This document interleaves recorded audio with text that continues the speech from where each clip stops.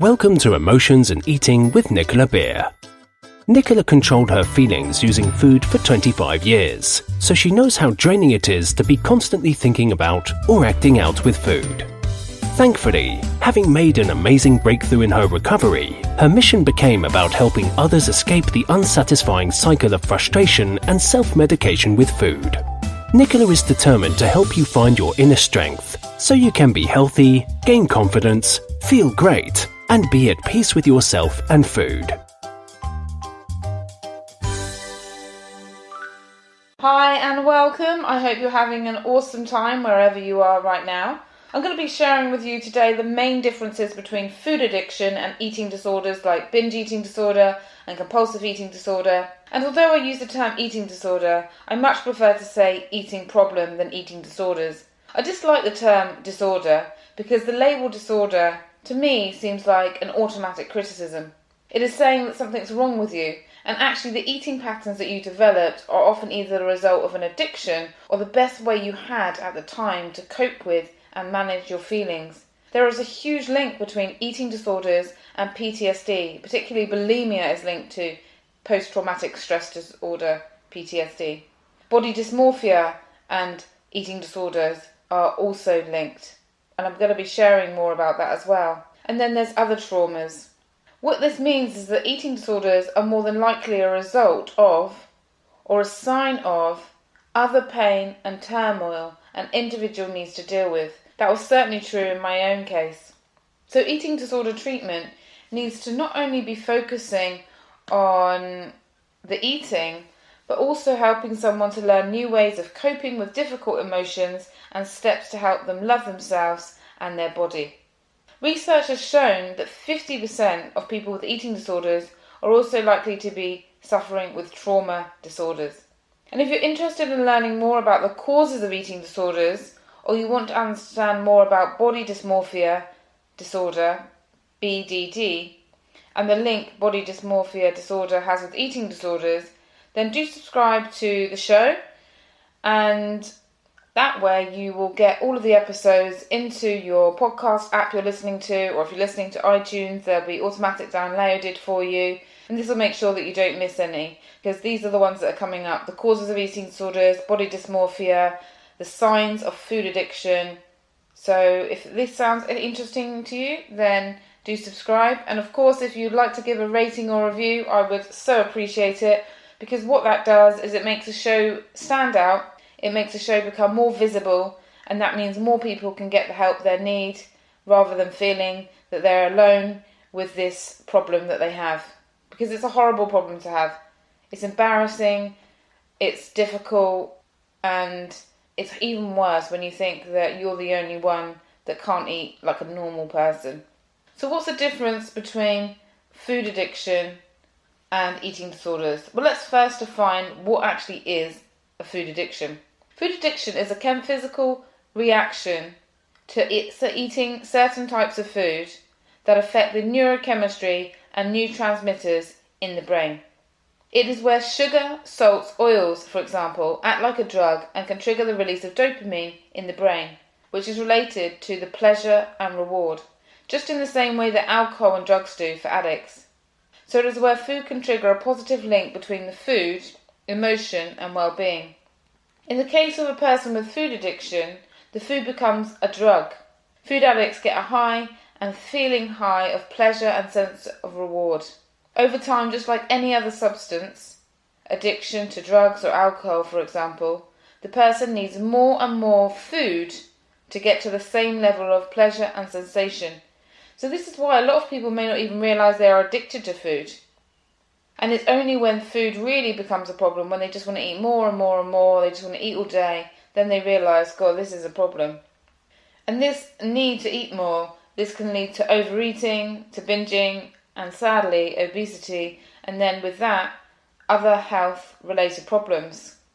You may have heard or read before that sugar is as highly addictive as cocaine. In fact, the scientist James DiNicolantonio, cannot pronounce that properly, so I do apologise, and cardiologist James O'Keefe, both from St. Luke's Mid-America Heart Institute in Kansas, claim that consuming sugar produces effects similar to that of cocaine. altering mood, possibly through its ability to induce reward and pleasure, leading to the seeking out of sugar. They tested sugar and cocaine on rodents, and they found that sweetness was preferred even over cocaine, and that the mice experienced sugar withdrawal. Now, there are many critics of that study that argue that sugar should not be compared to cocaine. However, even the critics did agree that sugar is highly addictive. The Yale Food Addiction Scale, which was created by Dr. Ashley Gerhardt, assessed how an addicted person is to food.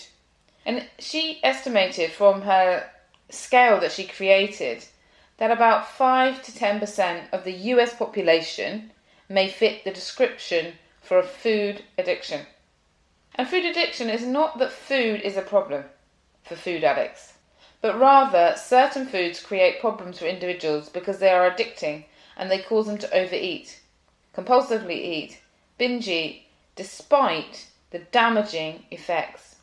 The signs of food addiction can be eating when full, not feeling full despite eating a full balanced meal, and there are many other signs of food addiction. So I'm going to be creating another podcast episode on particularly the 8 signs of food addiction. So if you're interested, do stay tuned for that.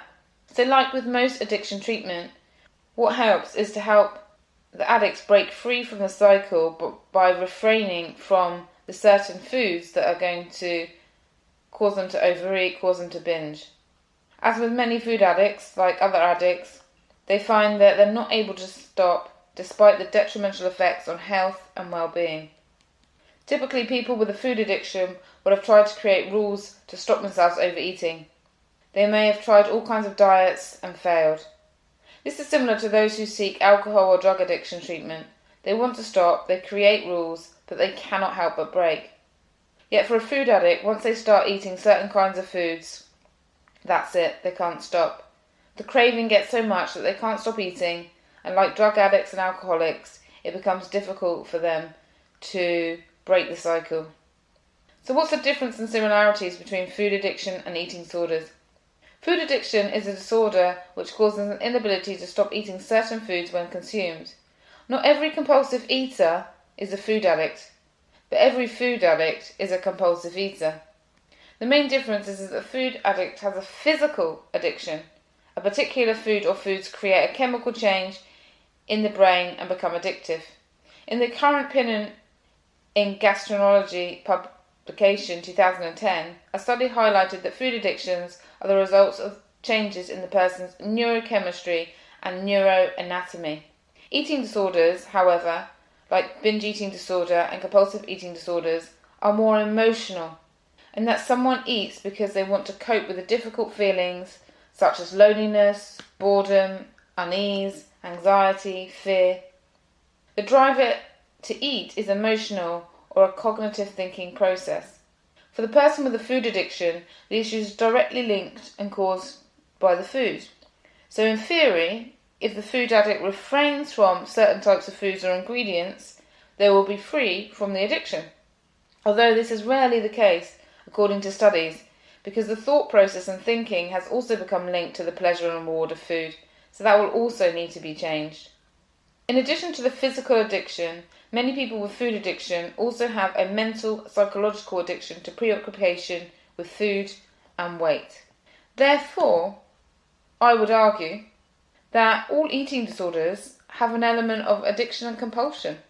All eating disorders have that craving. So when I help people to come through from their food patterns, I like to make sure that the eating disorder treatment that I support them with covers both the physical and the psychological. As food addicts are likely to have an emotional trigger to eat and binge eaters are more than likely to also have a physical addiction. And if you are not sure whether you or a loved one has a food addiction or an eating disorder, the best thing to do would be first to identify the foods that trigger binges and overeating and see what happens when you or they abstain from certain foods.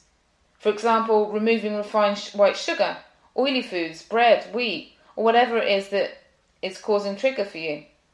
Abstinence from foods that creates the addictive response may be strong enough. That wasn't the case for me. When I banned all sugar, bread, everything like that, I found that I was still overeating on lettuce and a salad dressing.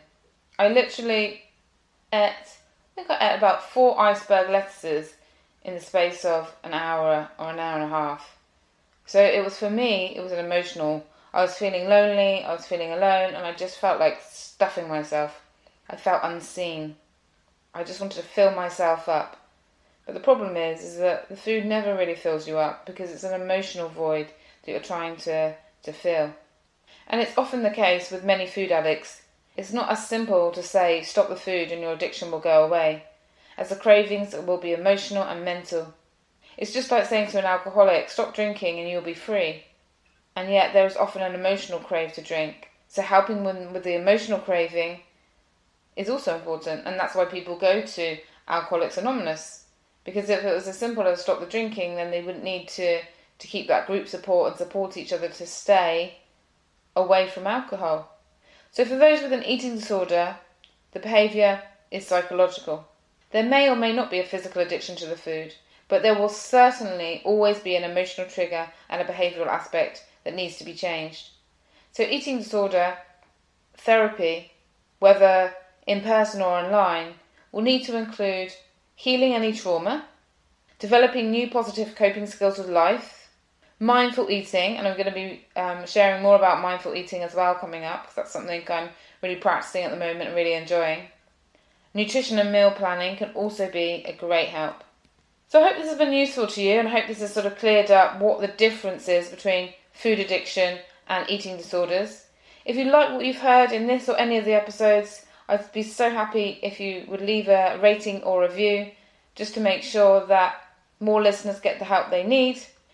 And if you would like to talk to me about food addiction or eating disorders, if you're concerned for a loved one or you're concerned about yourself and you're not sure where to start, then do go to my website, nicolabeer.com, where you can book a free 30-minute peaceful eating consultation, and I will give you as much help as I can. I'm happy to share my experience, listen to what's going on for you, give you some suggestions, and then at the end, only if you want to and only if you ask me what it's like to work with me one-to-one or what programs I have, I'll be happy to share that with you. So all you need to do is to go to www.nicolabeer.com. From my heart to yours, I hope you have an awesome week ahead, wherever you are. Thank you so much for listening. Thank you for listening to Emotions and Eating with Nicola Beer. To book your free eating strategy session with Nicola, get the free eating support audio or donate. If you have enjoyed the show and want to help keep the show flowing, visit www.nicolabeer.com, where you can also find out more about her new system that has helped hundreds of men and women to change their relationship with food and their body, so they experience more peace and love in their life. We wish you an amazing love-filled day ahead.